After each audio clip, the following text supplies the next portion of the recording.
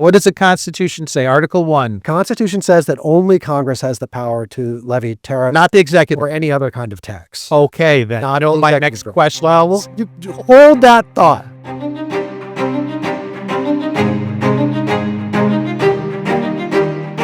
Hello, and welcome to the podcast. I'm your host, Bob Goulder, contributing editor with Tax Notes. Joining me is Joe Thorndike, the tax history guy over at Tax Notes. Joe runs our tax history project. That's where, among other things, you'll find timelines of major tax events and an impressive catalog of all publicly available presidential tax returns. Can't find that anywhere else. Now, I've been reading all of your writings. Okay. That's scary. That's scary. But you're a very impressive author, very accomplished. But sometimes you raise a point that I just don't get intuitively. I see the words, but I don't make the connection. You said that tariffs made the income tax. Right. And today there's a whole lot of people saying they don't like the income tax. Let's give us tariffs. You're saying it's almost like the reverse causation. We have the income tax today because we had high tariffs in yesteryear. You got to work me through this. All right. Well, I think the key word there was high tariffs. So here's what I would say. People today, including the President of the United States, foremost among people who like tariffs, say, hey, you know what would be great if we could get tariffs to be big enough, high enough, steep enough, heavy enough that we could actually get rid of this income tax entirely. Yeah, we could make so much money from tariffs that we wouldn't even need an income tax. We wouldn't need a corporate tax. We wouldn't need an individual tax. We're going to replace it all with tariff. Abolish the IRS, gets everyone's attention. All right. So here's the problem. We used to have exactly that kind of tariff that was providing most of the federal revenue for a long time. So there were other taxes too. But in the late 19th century, if we just dial back a little bit to when, the time when the income tax is about to be birthed, we have a high tariff and it's providing, roughly 50% of federal revenue. And the way that they do that is they have very high rates on a whole lot of things that get imported into the country. So lots of tariffs at very high rates, and people hated it.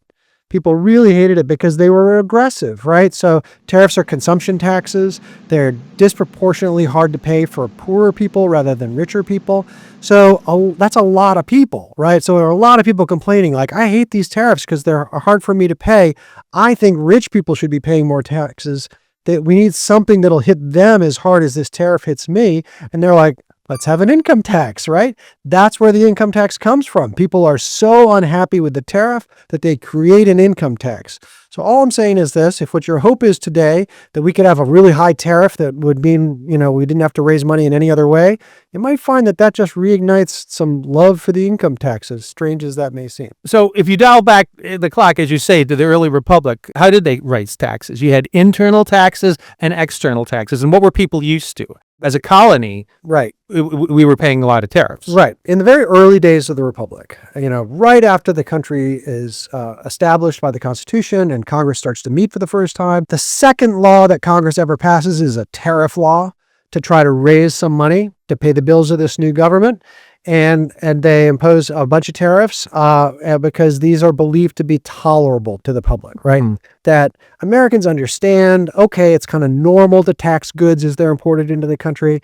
It's also kind of easy because all we got to do is erect customs houses in these ports of entry. I think there are like 39 ports of entry or something like that, which is a limited number of places, right? So we can hire a bunch of customs officers in those places to do the job, as opposed to other kinds of taxes, like say an excise tax, which might be collected in every one of the states, right? And then you got to have tax collectors out there looking for whatever this tax good is, like say that it's whiskey.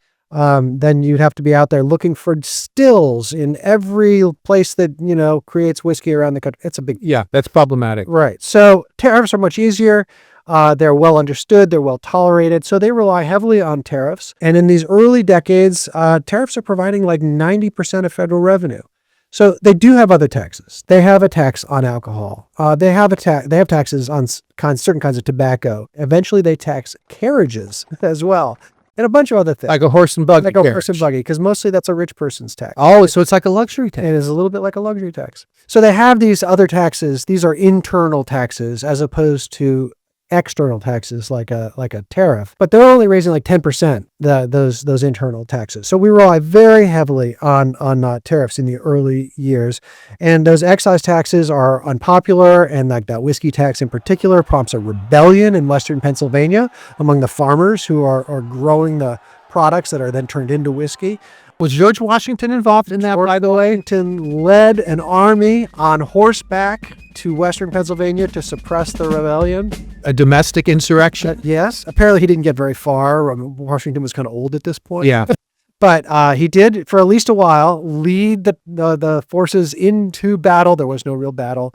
But So we've never really liked paying taxes as a nation. We're having the tea in Boston Harbor. We're having whiskey rebellions in Pennsylvania. It's always something. I think that there are things that people don't like about taxes, and one of them is when they fear that they are unfairly being picked on. Yeah. That's how those excise paying farmers felt in Western Pennsylvania. So we get to the 19th century, and things have to change, right? Because the Federalists, they didn't stay around forever. No.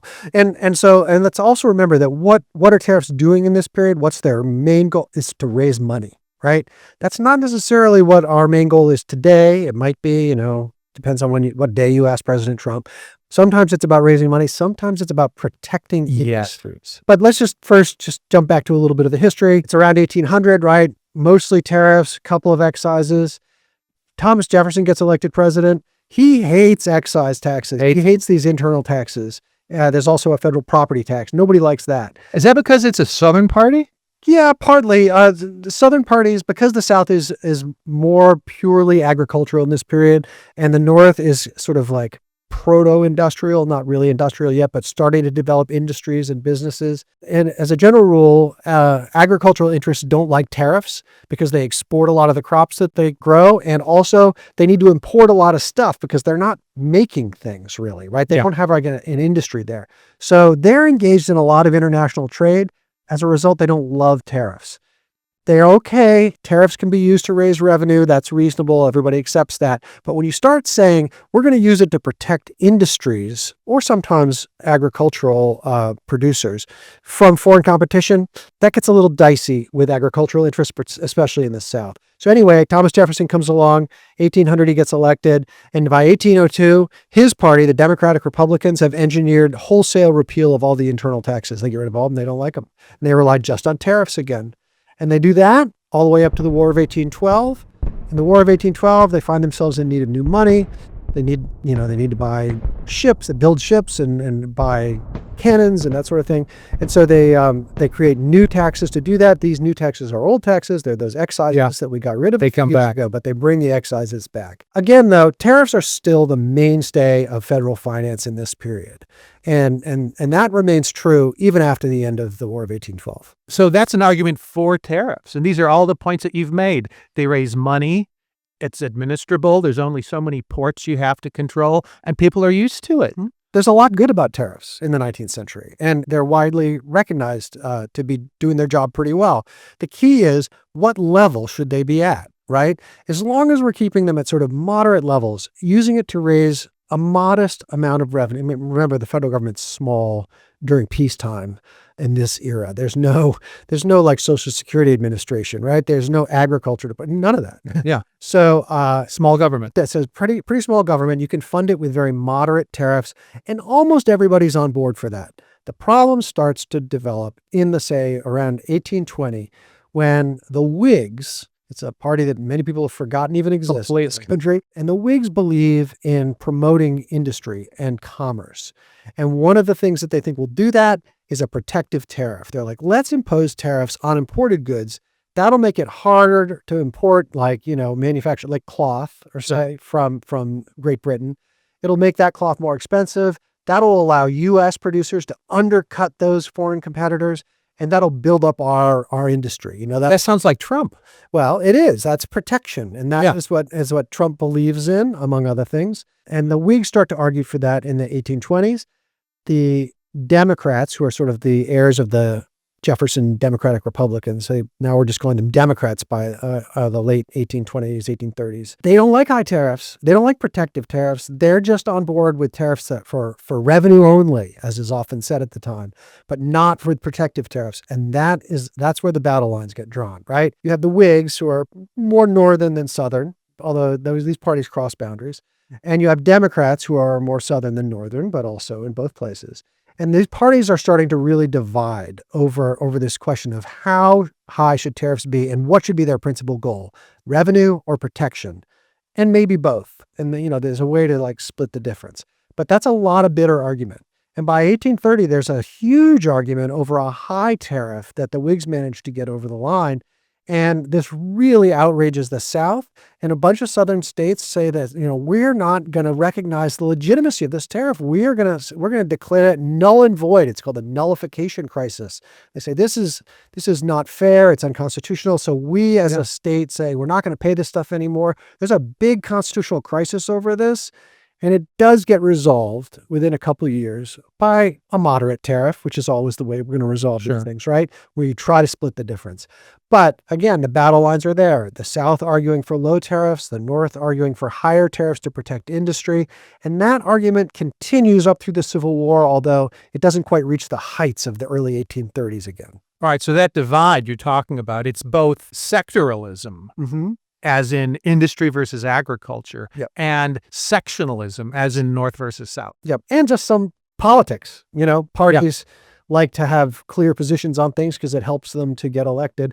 And again, it's a lot messier than you might think, because there are Northern Whigs, there are Southern Whigs, there are Northern Democrats, there are Southern Democrats. So all these things intersect. But in broad terms, it's fair to think of the South as being low tariff and the North as being higher tariff. Okay, so I'm trying to put this into context now, because it sounds like the tariffs are working.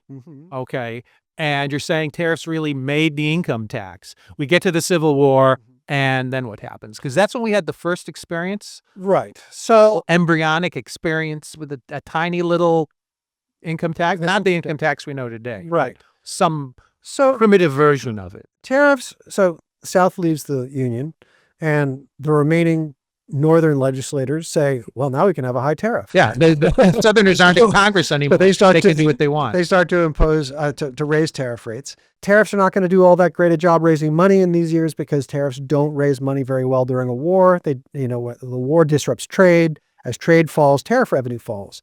So tariffs are not going to be the whole answer to paying for the war if you're in the North.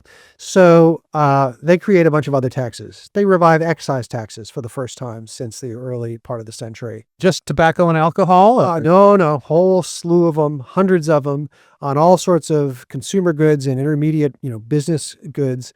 Whole slew of excise taxes, and a federal property tax, which they haven't used since the War of 1812. Which is going to fall heavily on farmers, and because they have all of their wealth in lands. And they come up with a new income tax, which had never been used in the U.S. before, but had been used in Great Britain. And the income tax is designed to put more of the burden on rich people, because the idea is, again, tariffs are regressive. They're a consumption tax, and they fall more heavily on poor people than rich people. So are many excises, right? Lots of excises are on things that regular people use all the time. And if it's something you don't have an option about buying, the classic example for that is salt. It's like a necessity. Then that's even worse, because people can't just avoid the tax by avoiding the purchase. So people think that tariffs and excise taxes are regressive. We need some way to balance that out. And the income tax partially is an answer to that question. It's a way to balance out the regressivity of excise taxes and the tariff, also that federal property tax, which irritates the farmers. Yeah. And they're like, well, if we can make the farmers feel better, if we tax the financiers on Wall Street, right? And if the finance bros have to pay, then the 19th century version of a finance bro needs to pay an income tax, that'll like assuage the complaints, the unhappiness of those. Joe, when you say a consumption tax is regressive, you're saying that not just in the context of what was going on then, but it almost sounds like a universal truth. It's true now. Like even with the European VAT or something like that, consumption taxes or tariffs or a retail sales tax. Yes. unless you get it fancy. Yeah. You know, you can try to get fancy and craft these taxes in such a way as to make them less regressive. You can exempt certain things. So it's close to a universal truth that any consumption tax, tariff, excise tax is going to be regressive. And a lot of what lawmakers do is spend a lot of time trying to figure out how to square that circle, right? Well, we really want a consumption That never really works. Yeah, but they're like, this will be great. It'll raise lots of money. It'll be convenient to collect, whatever. But we got to find some way to make it less unfair. And so often what they'll do is they'll exempt, say, food. Yeah. And that'll make it a little bit more progressive. But that's kind of that just narrows the tax base. And it's a messy answer. So sticking with the late 19th century, this guy comes along. His name is William McKinley. Trump talks about him a lot. Yes. Kind of like a sort of hero. But did he really call himself the king of tariffs, or was that the media calling him? I think it might have been a name given to him at the time. But again, we have to go back to the Civil War. So Civil War ends, income tax goes away. Almost all the excise taxes go away, just alcohol and tobacco, because nobody really likes the hassle of collecting all that stuff. Federal property tax, they only tried it once, and they're like, oh no, never again. No, they go back to tariffs. So they go back to tariffs. They say tariffs are going to be our mainstay. This is a reoccurring theme. Every time peace breaks out, they go back to tariffs. There has to be something to it. Because tariffs are kind of well tolerated. They're easy to collect. Again, remember those customs houses. Yeah. It's like centralized collection. So they return to tariffs. It's not everything. It's like somewhere in the neighborhood of, say, 40 to 60% of total revenue is coming from tariffs in the decades after the Civil War. And the rest is being made up with those excise taxes, because the alcohol and tobacco taxes, turns out people love alcohol and tobacco, and they will keep buying it even if you tax it heavily. As a result, those taxes raise a lot of money too. So those are the two ways that they fund the government. All right, so fast forward. Republicans are in charge, right? Democrats are thrown for a loop by the Civil War. Takes that party a long time to recover. We have a series of Republican presidents. And in the decades after the Civil War, we rely very heavily on tariffs for revenue. We're also using them for protection. Mm-hmm. We're doing both. So we have high tariffs. Who's that going to irritate? Who do you think? The South. The South, right. The rejoined South. Also farmers everywhere, including, say, farmers out in the West. The West turns out to be a place where they don't much like high tariffs. Farmers don't like these high tariffs, and they keep agitating, hey, let's bring that income tax back. We kind of like that idea. We could swap it, right? We could get rid of these tariffs, or at least some of the tariffs, moderate them, make them more tolerable, and make up the lost revenue with an income tax. Well, that's the opposite of what Trump is saying we should do today. Okay. But that's what they're arguing in the 1880s and the 1890s. So the tariffs are unpopular. Tariffs are pretty unpopular, but not so unpopular that they don't keep passing new ones, right? So you asked me about McKinley. He's most famous for being the author of the McKinley Tariff, which was passed in 1890, which raised tariff rates to a very high level. And again, the idea is the Republicans are saying, we're going to have these high tariffs. They're going to protect American industry. That's great for the guys on Wall Street, sure, because they own these companies. But that's also great for the people who work for these companies. We're going to protect American jobs. So, if you're working in a textile mill, you don't want to lose your job to some guy in Great Britain. You want to actually hold on to that job. So we're going to protect your company from foreign competitors. And so it's it's not just a rich guy's argument, although the rich guys are very much on board with this for the most part. But it is an argument about fairness, and it's getting fought out in the political realm, and it goes back and forth. It's increasingly going back and forth. So in 1890, you get this high tariff, but then the Democrats are resurgent. We have Grover Cleveland. He gets elected twice. He's a sort of moderate tariff reformer. He's not exactly a low tariff guy. The Democrats are increasingly powerful, and in 1894, they managed to get their income tax, right? They finally get it back. They say, okay, it's this little tiny income tax, but we're going to use it to replace some of the tariff revenue. That makes a lot of farmers happy, and it is, in fact, the Populists, which is an agricultural party, pretty much, that's pushing for this so hard. They finally get the tax back in 1894, and then the Supreme Court says, no.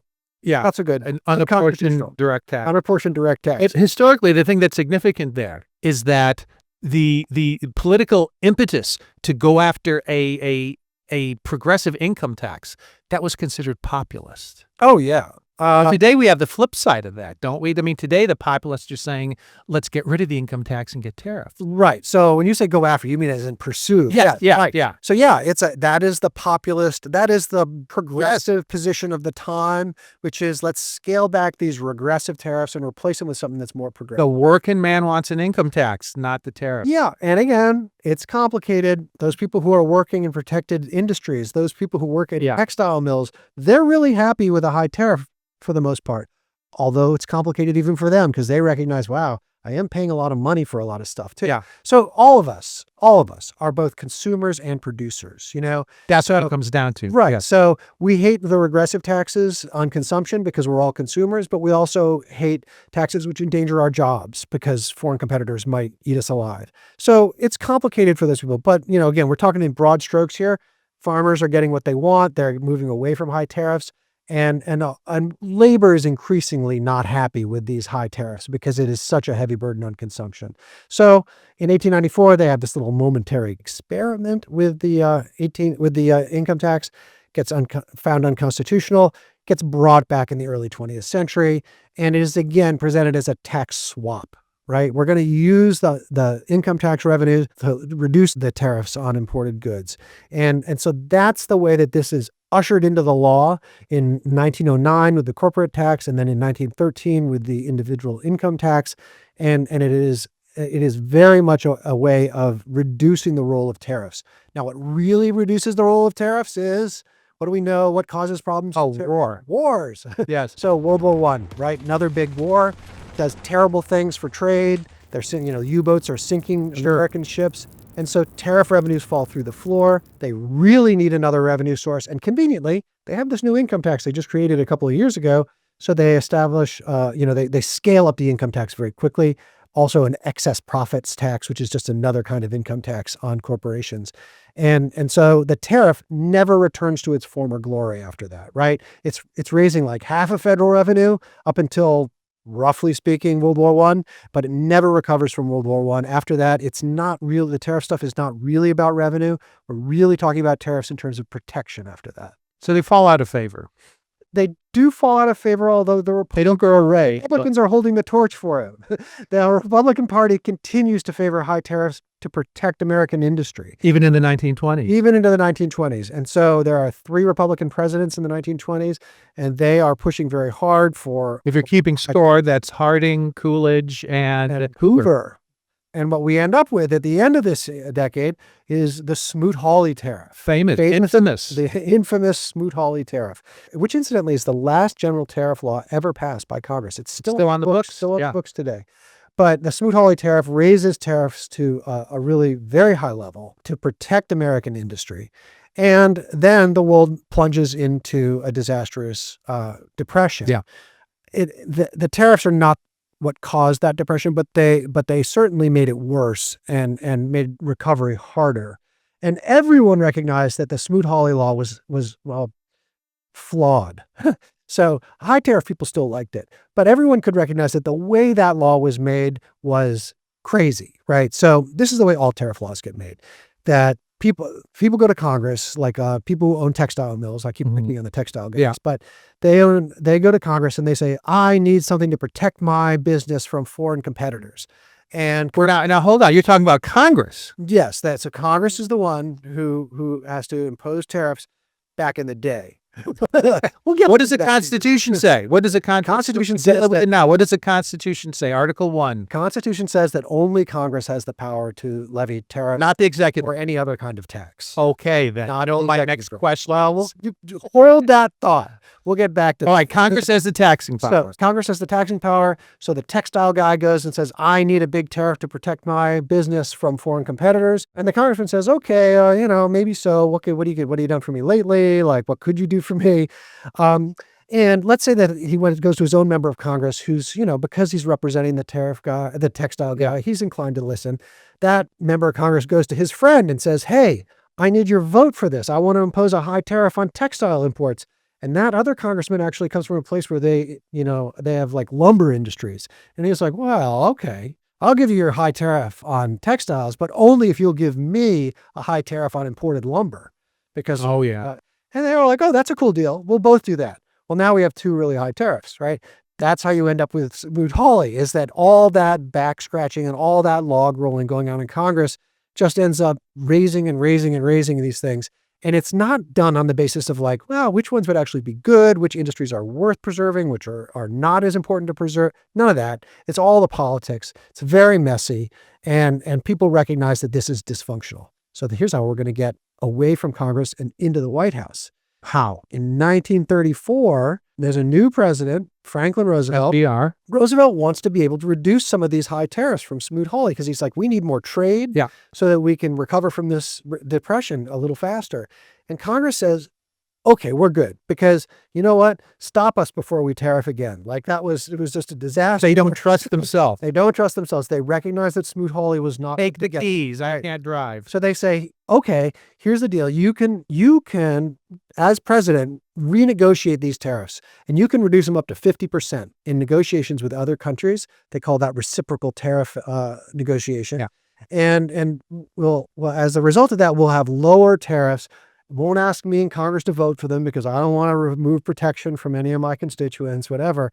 But you as the president will be more dispassionate, more high-minded about it. You'll be able to do a better job. Really? So they give power to the president. It's not unfettered.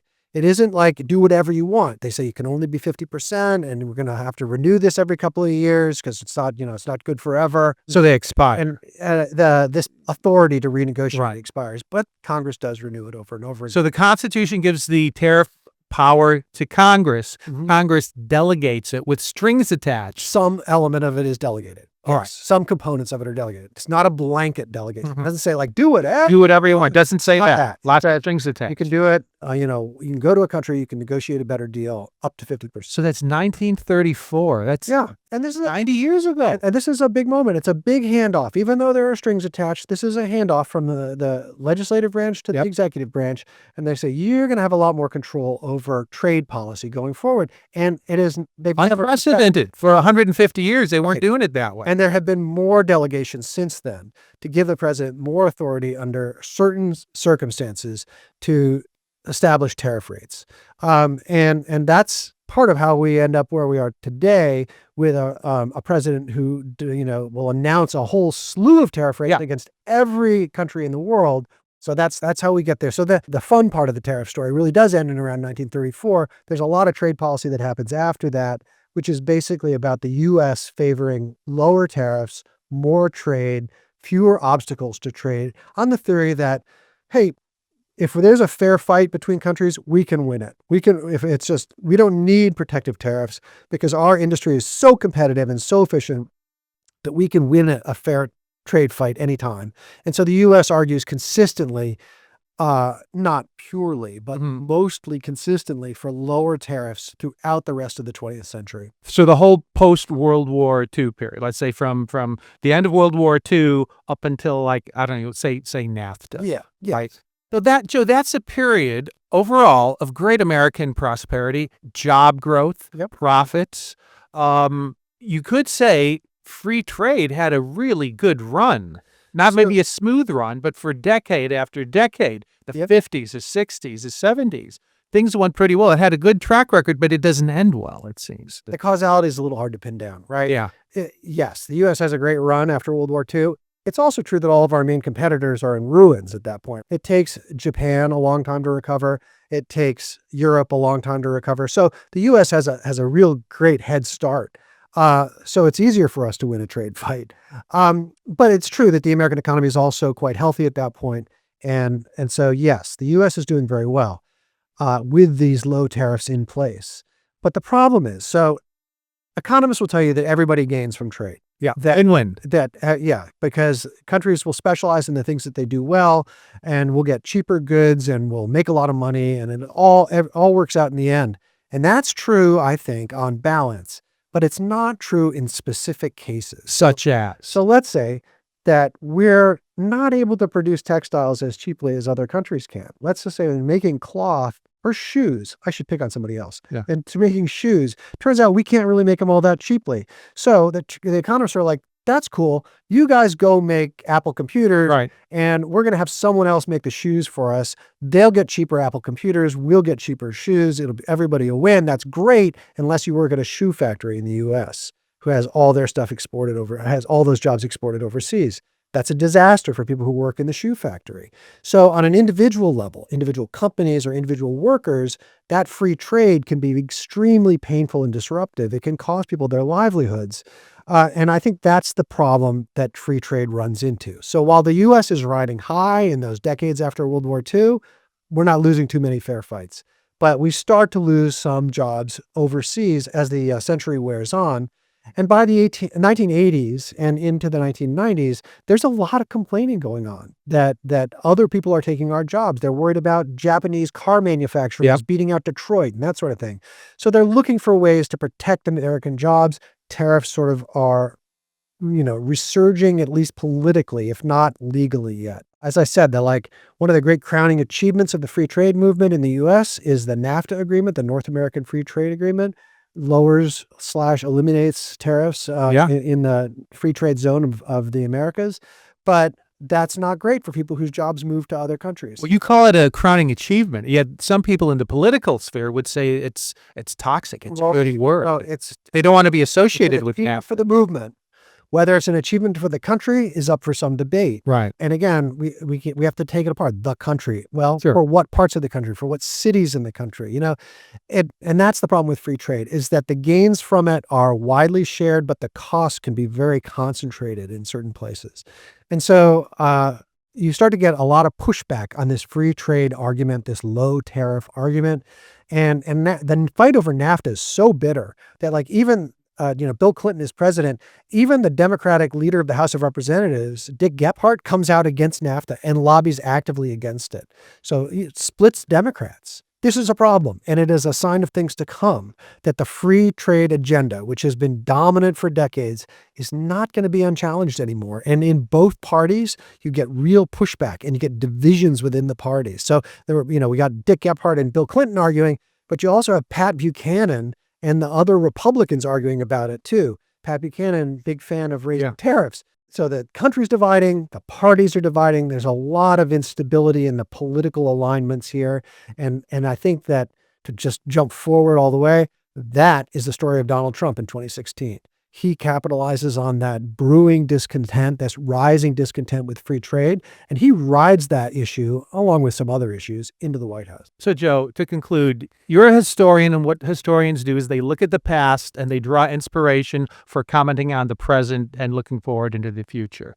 If it's true that high tariffs of yesteryear made the income tax, what's the message for folks today? Be careful what you wish for, if you're a tariff fan, is that we do have the highest tariffs that we've seen in decades now. Oh, be careful what you wish for. How? If I don't do this, because I'm sort of not in that camp, but if I'm rooting for high tariffs, what is the downside? What is the be careful what you wish for thing that's going to come back? The same people who were mad about tariffs in the 1880s and the 1890s, those workers who didn't like the regressive incidence of tariffs, those people are still around today. Any one of us who's a consumer is already seeing the effect of higher tariffs. If you bought a cup of coffee lately, you know that. Coffee has seen a dramatic run up in prices.